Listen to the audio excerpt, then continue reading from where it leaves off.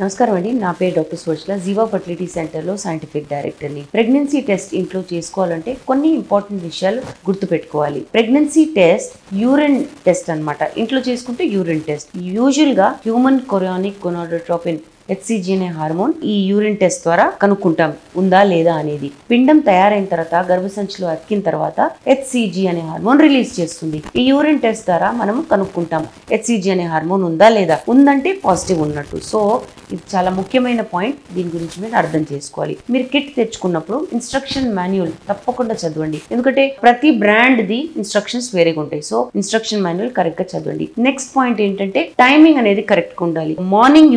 Morning first urine తో మీరు ఈ టెస్ట్ చేస్తే ప్రెగ్నెన్సీ పాజిటివా నెగటివ్ అనేది కరెక్ట్ గా తెలుస్తుంది. రాత్రంతా యూరిన్ లో HCG లెవెల్స్ బిల్డప్ అయినప్పుడు ప్రెగ్నెన్సీ టెస్ట్ చేసినప్పుడు కరెక్ట్ రిజల్ట్స్ వస్తాయి అనమాట. మధ్యలో ఎప్పుడైనా చేశారనుకోండి, ఎక్కువ నీళ్ళు తాగినప్పుడు డైల్యూట్ అయిపోతుంది యూరిన్, కాబట్టి HCG లెవెల్స్ కూడా తక్కువ ఉంటాయి. సో అందుకనే యాక్యురేట్ గా ఉండకపోవచ్చు రిజల్ట్.